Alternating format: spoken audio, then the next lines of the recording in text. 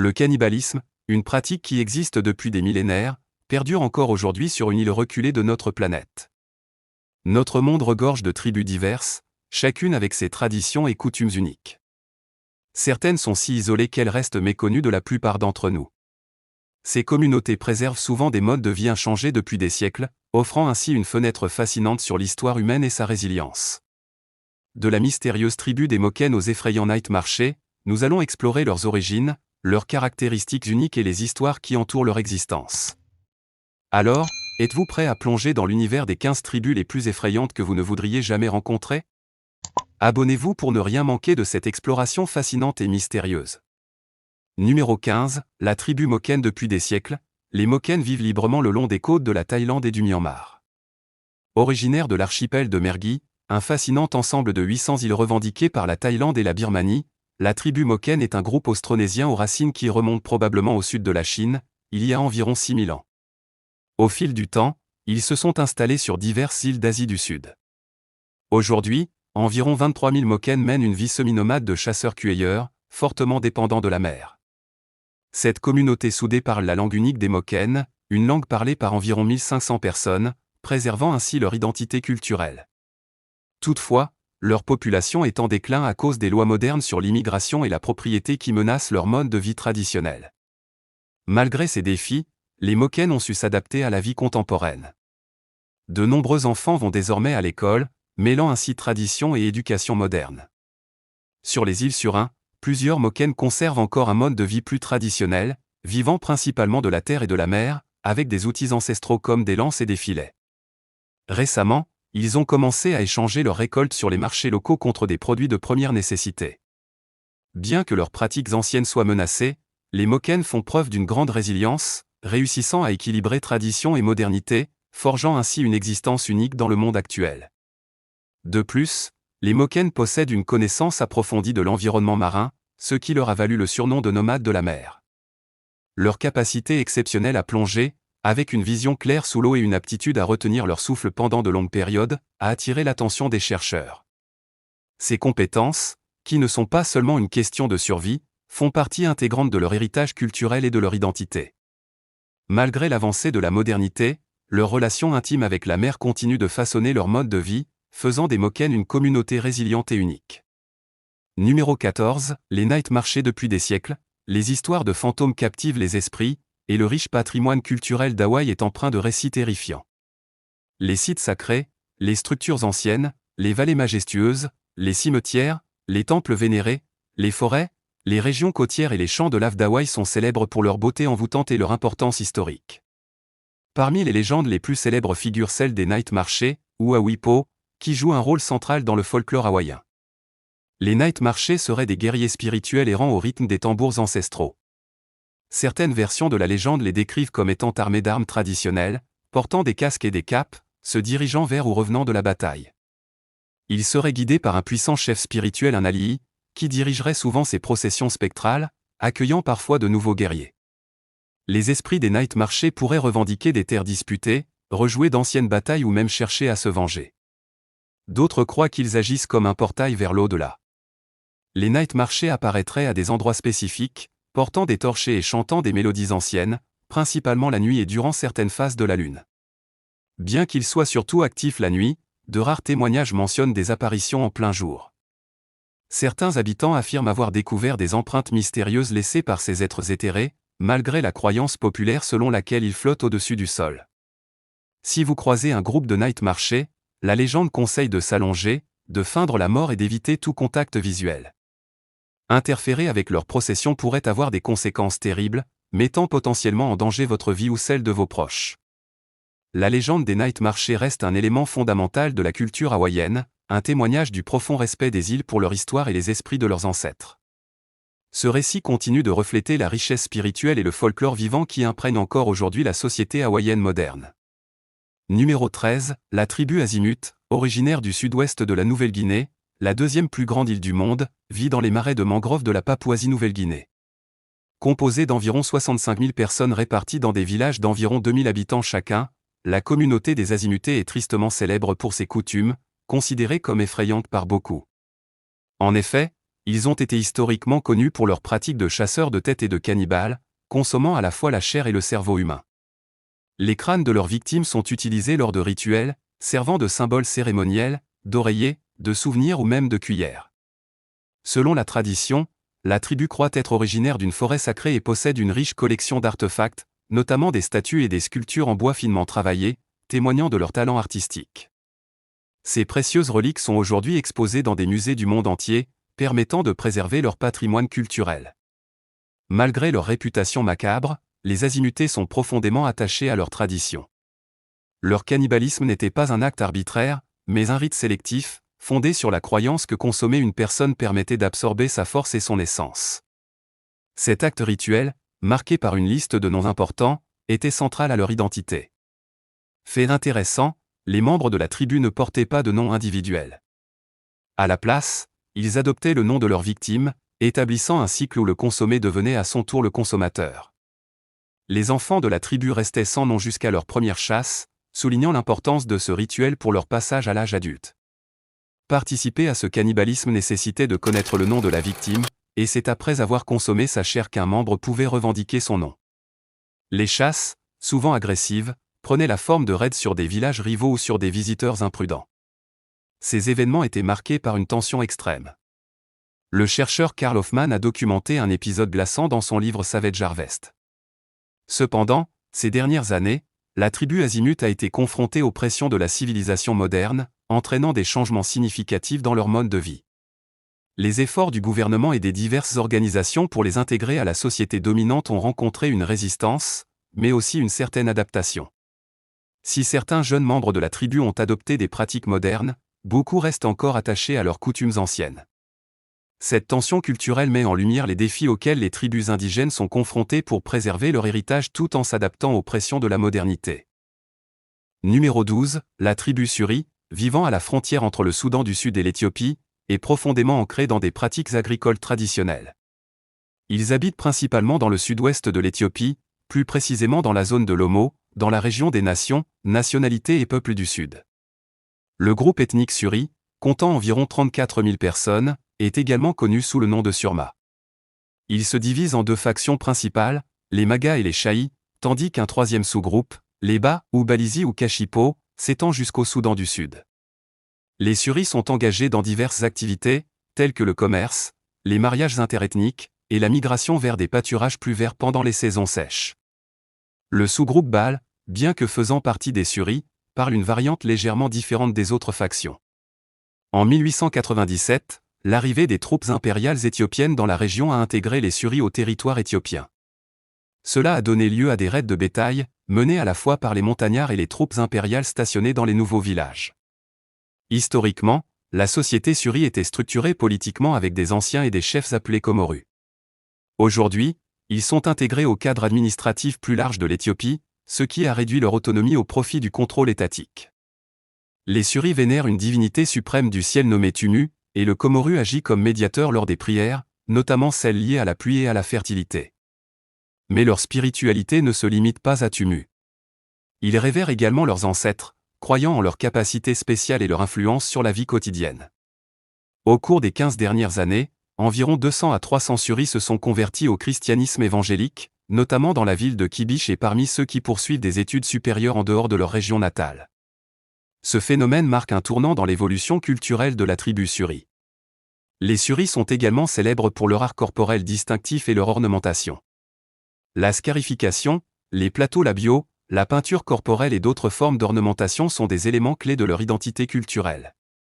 Ces pratiques, loin d'être simplement esthétiques, ont des significations sociales et symboliques profondes. Par exemple, la taille du plateau labial d'une femme est souvent associée à la richesse de sa famille et à sa beauté. Les marques de scarification sont des symboles de bravoure et de beauté, tant pour les hommes que pour les femmes. Le combat au bâton traditionnel des Suri, appelé Donga, est également un rite de passage important pour les jeunes hommes. Il sert à résoudre les conflits et à démontrer la force physique et la bravoure, malgré le risque de blessure. Cet événement est hautement respecté et attendu au sein de la communauté Suri. Les pratiques culturelles uniques des Suri, ainsi que leur capacité à concilier tradition et modernité, font d'eux une communauté fascinante et résiliente. Bien qu'ils soient confrontés aux défis de la société contemporaine, les Suri continuent de préserver leur riche héritage culturel, offrant ainsi un précieux aperçu de la diversité de la civilisation humaine.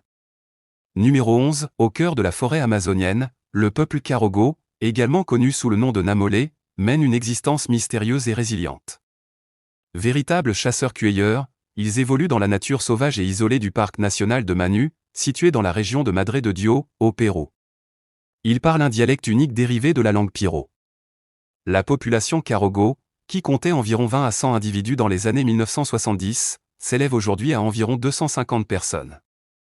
Leur histoire tragique remonte aux années 1890, lorsqu'un Péruvien notoire, Carlos Fitzcarraldo, orchestre un massacre qui décime une grande partie de la tribu près du haut cours du fleuve Manu. Les survivants se réfugient alors dans les recoins les plus profonds de la forêt, préservant ainsi leur isolement. Ces dernières années, les Karogo ont été aperçus plus fréquemment, notamment autour des camps situés sur les rives du fleuve Las Piedras. Ces camps servent de base pour la pêche pendant la saison sèche, tandis qu'en saison humide, la tribu s'aventure plus profondément dans la jungle.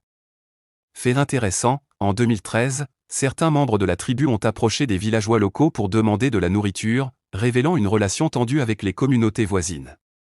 Conscient de leur vulnérabilité face aux maladies modernes, le gouvernement péruvien a pris la décision d'interdire tout contact avec le peuple Karogo afin de protéger leur mode de vie traditionnel.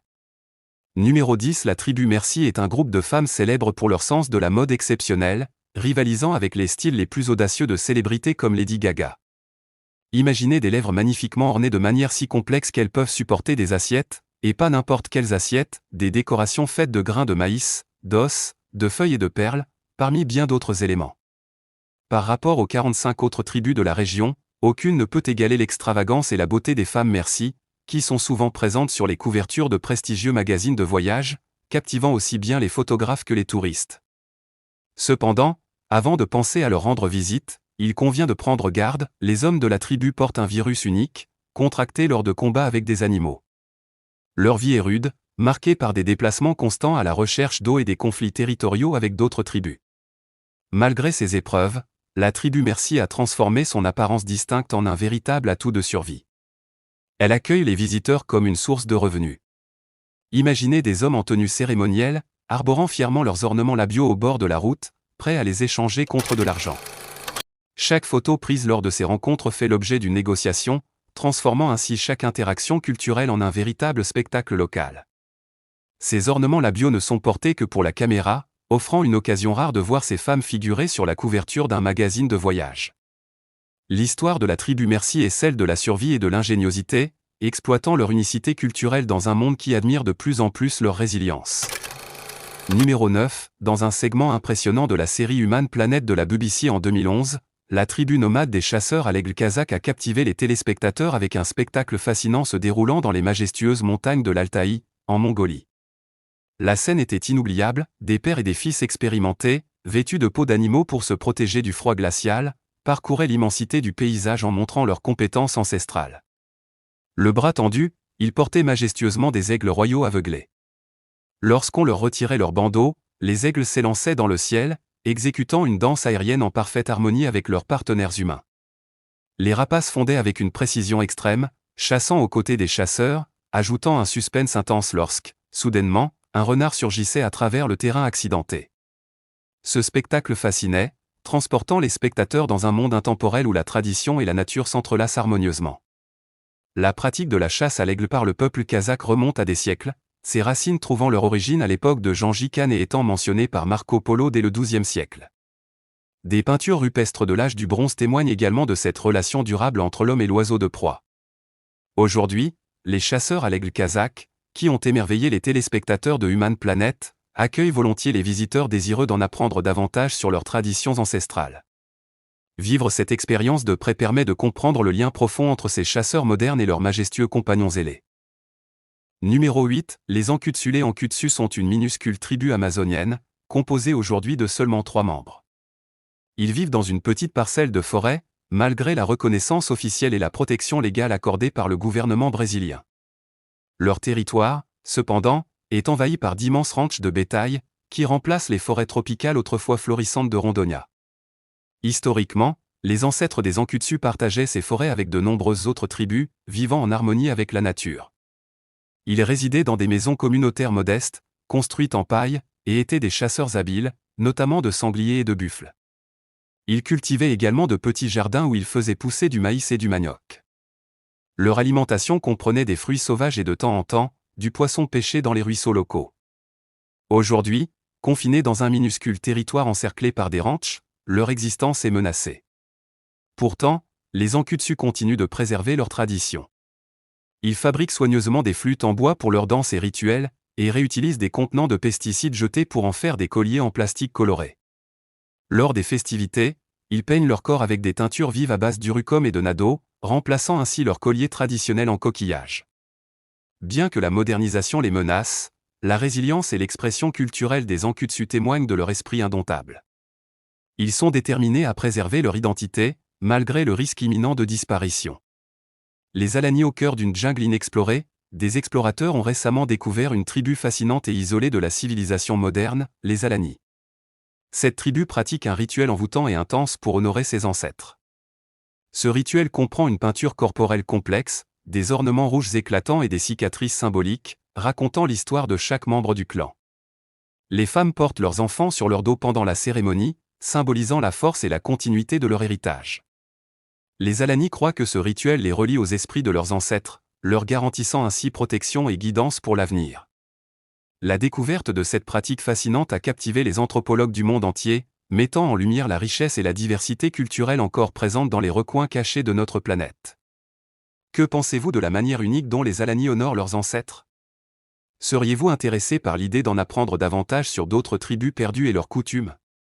Partagez votre avis dans les commentaires avec le 7, la tribu Machuichu, au cœur de la jungle péruvienne, près de la frontière brésilienne, vit la mystérieuse tribu Machuichu, également connue sous le nom de clan Machupiro ou peuple Cujarino.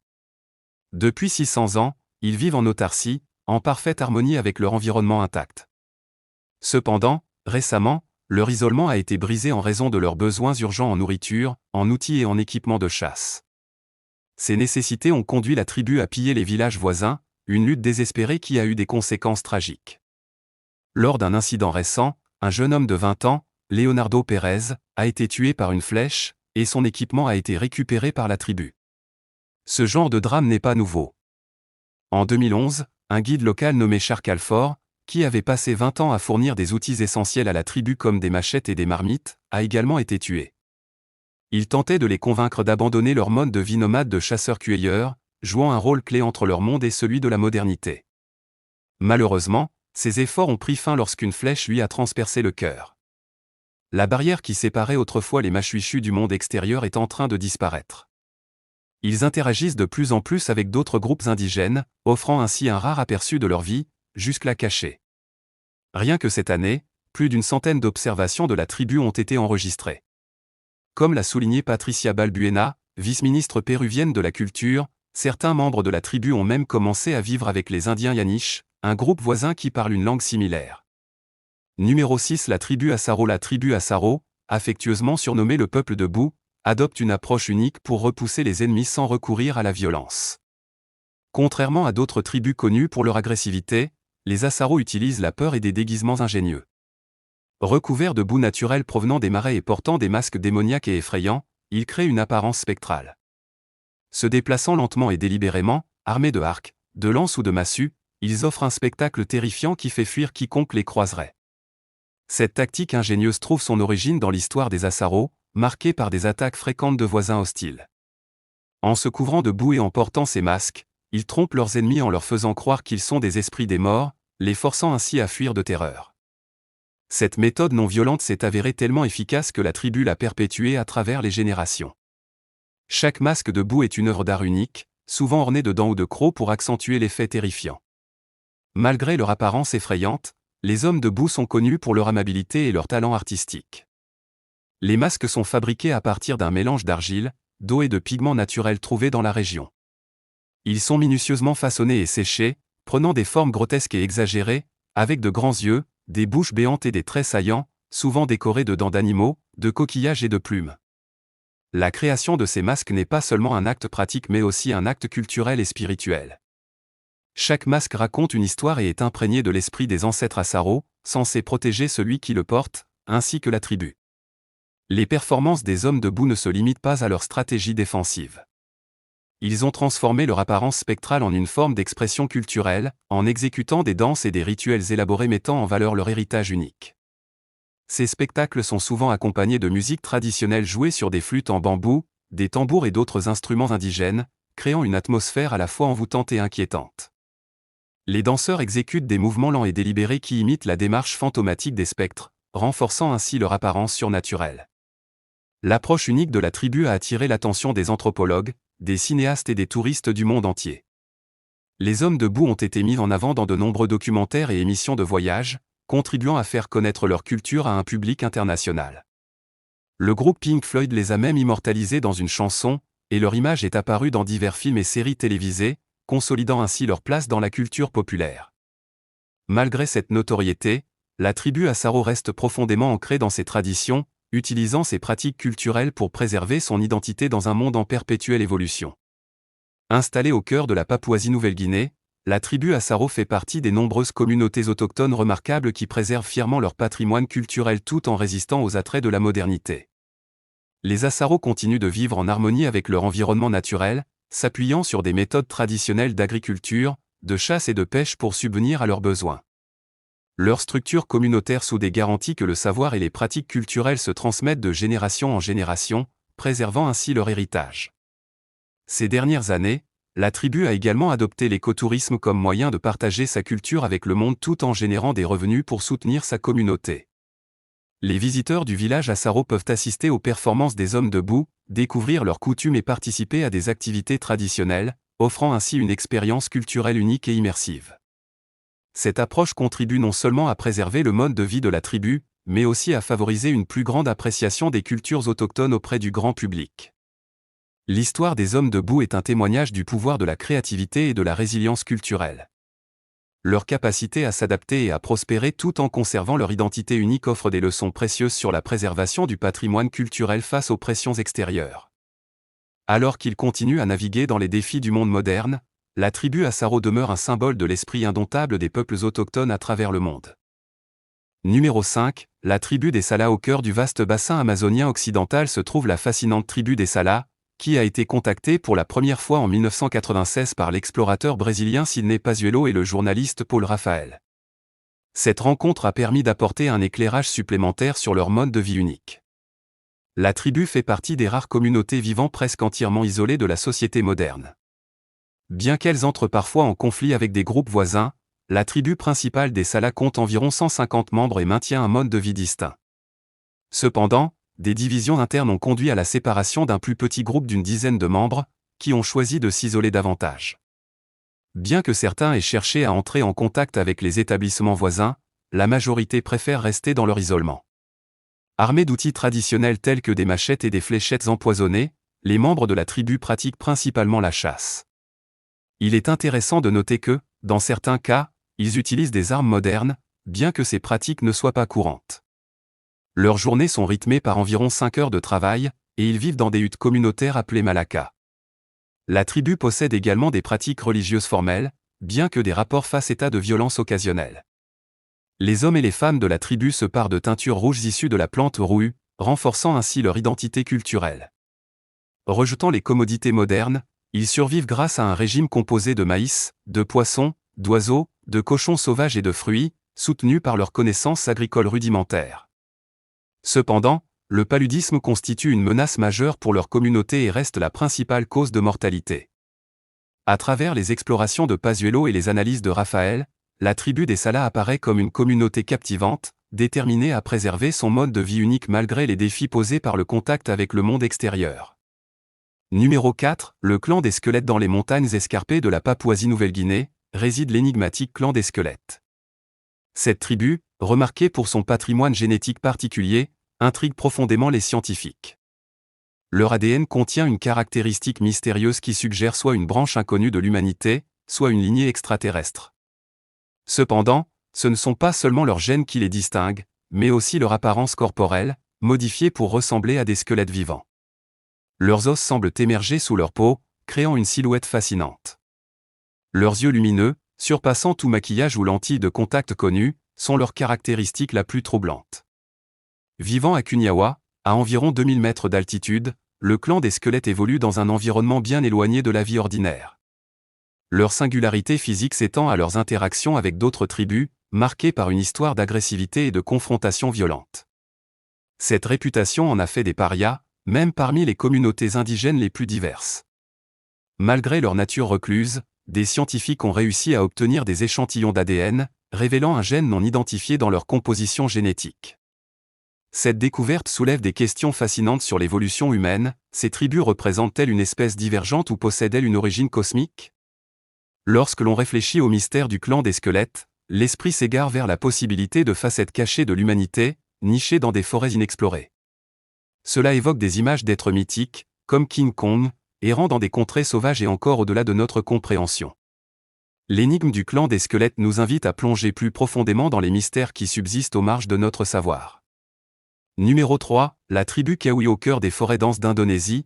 La tribu Kawi est la dernière communauté cannibale connue, vivant selon les coutumes de ses ancêtres il y a 10 000 ans. Ce groupe isolé, d'environ 3000 personnes, mène une existence complètement déconnectée des technologies modernes. En raison de l'absence de soins médicaux avancés, l'espérance de vie moyenne y est limitée à seulement 50 ans. Les Kawi habitent des huttes rudimentaires, construites à partir de branches, et parcourent la jungle avec des arcs et des flèches, suivant le mode de vie de leurs aïeux. La tribu vénère un démon appelé Kakua, qu'ils croient capable de prendre l'apparence de leurs proches pour annoncer la mort. De ce fait, ils pratiquent des rituels de sacrifice sur ceux qu'ils jugent sous l'influence de Kakua, et leur chair est ensuite consommée par le clan. Le monde extérieur ignorait l'existence des Kawi jusqu'aux années 1970, lorsque des chercheurs les découvrirent par hasard. À la vue de ces étrangers pour la première fois, les membres de la tribu furent d'abord choqués et effrayés, les prenant pour des fantômes. Il est surprenant qu'une société aussi primitive ait survécu à l'ère d'Internet, un témoignage de la résilience des traditions ancestrales. Le guide français qui mena les chercheurs vers cette tribu réussit à échapper à leur festin, nous permettant ainsi d'en apprendre davantage sur cette communauté cannibale, figée dans le temps. Numéro 2, le peuple Batak. Le peuple Batak fait partie des quelques 140 communautés autochtones des Philippines et vit dans le nord-est de Palawan, une grande île située au sud-ouest de l'archipel. Historiquement, ils occupaient les vallées fluviales et la côte de Puerto Princesa City. Leur population actuelle est d'environ 450 individus, facilement reconnaissables par leur grande taille, leur peau foncée et leurs cheveux bouclés à la texture afro. L'origine des Batak reste un mystère, certains suggèrent un lien avec la tribu Ita ou avec des groupes venant d'Indonésie et des îles avoisinantes. Traditionnellement, ils mènent une vie basée sur la chasse, la cueillette et l'agriculture sur brûlis.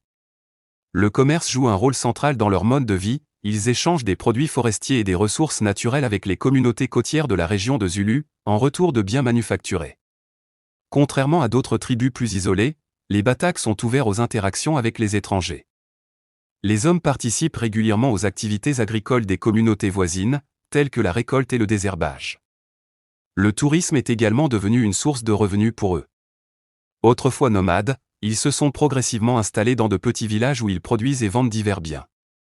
Cette transition reflète leur capacité à s'adapter à un mode de vie plus structuré tout en préservant leur identité culturelle unique. Numéro 1, l'île de North Sentinel. L'île de North Sentinel, située dans l'archipel des Andamans, est le foyer de la mystérieuse tribu des Sentinelles, un peuple qui a attiré l'attention internationale après la mort d'un citoyen américain, tué en tentant d'entrer sur leur territoire interdit. Cet incident a ravivé les débats autour de cette communauté secrète, dont on sait très peu de choses. Toutes les tentatives de contact avec les Sentinelles ont été rejetées avec une résistance féroce. En 1974, un réalisateur de National Geographic a été attaqué alors qu'il tentait de filmer un documentaire sur eux. Après le tsunami de 2004, les Sentinelles ont même tiré des flèches sur un avion indien qui survolait leur île, signifiant leur ferme rejet de toute intrusion. Au XIXe siècle, les Britanniques ont essayé de coloniser l'île, mais ils ont été violemment repoussés. Aujourd'hui, la population exacte des Sentinelles est inconnue, mais elle est estimée entre 50 et 150 individus. Leur isolement absolu, bien qu'il soit une protection, les rend extrêmement vulnérables. Ayant eu très peu de contact avec le monde extérieur, ils n'ont pratiquement aucune immunité contre les maladies que les étrangers pourraient introduire. Un simple virus pourrait dévaster leur population. Ainsi, la survie des Sentinelles dépend de leur capacité à maintenir une distance stricte avec le monde moderne et les dangers qu'il représente pour leur santé et leur mode de vie. Quelle tribu vous fascine le plus? Dites-le nous dans les commentaires. N'oubliez pas de vous abonner pour ne rien manquer de nos prochaines explorations captivantes sur ces peuples uniques. À très bientôt pour encore plus de détails fascinants.